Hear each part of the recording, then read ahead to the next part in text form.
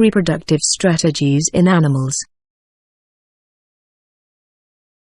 Animals have different strategies in order to reproduce successfully in different environments. Now we are going to look at some of these strategies. External fertilization, internal fertilization, ovipary, ovovivipary, and vivipary. We're going to look at the amniotic egg, precocial and altrocial development.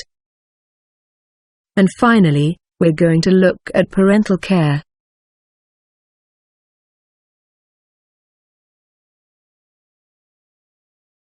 Let's look at internal fertilization first.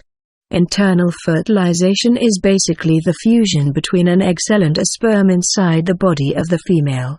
Internal fertilization allows terrestrial animals to reproduce, since the gamete will not be able to survive the harsh terrestrial environment. Examples of animals that have internal fertilization are reptiles, birds, and mammals. Let's look at external fertilization. External fertilization normally occurs in aquatic animals. These are animals living in aquatic environments, where both the egg and the sperm are released into the water. So fertilization occurs outside the body of the female and normally in the water, or surrounding water. Animals that rely on external fertilization produce a large number of egg cells and sperm cells, and this is done to increase the chances of survival, or increase the chances of fertilization. Examples of animals that have external fertilization are the bony fish and frogs. Let's go to ovipary.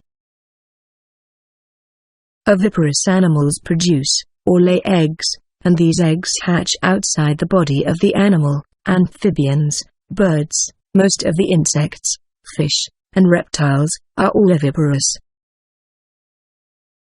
Fish, amphibians, most reptiles and birds, as we mention, are oviparous, and if you look at your diagrams, you have a snake as an example of a reptile, you get the turtle, you get the hen, stork, crocodiles, ducks. These are all animals that lay eggs. Ovovivipary. Ovoviviparous animals produce eggs that hatch within the body, so that the youngs are born alive. For examples, certain species of sharks and scorpions as indicated on the diagram. Vivipary. Viviparous animals produce youngs that develop within the mother's body, and these youngs are born alive rather than hatching from the egg. Examples of animals that are viviparous: most of the mammals around us are viviparous.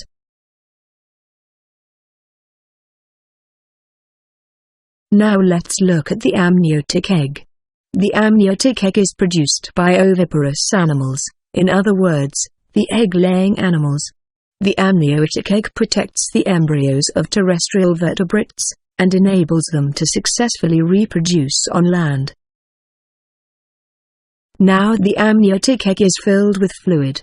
It has 4 membranes: the amnion, the chorion, the yolk sac, and the allantois. Now the egg is surrounded and protected by a shell which can be either calcified as in birds, or leathery as in reptiles. The shell is also porous. This enables gaseous exchange to take place. Now the outermost membrane of the egg is the chorion, which lies just beneath the porous shell, and this allows for gaseous exchange. The amnion encloses the developing embryo. It contains amniotic fluid which protects and cushions the embryo. The amniotic egg. The amniotic egg is produced by oviparous animals. The amniotic egg protects the embryos of terrestrial vertebrates, and enables them to successfully reproduce on land.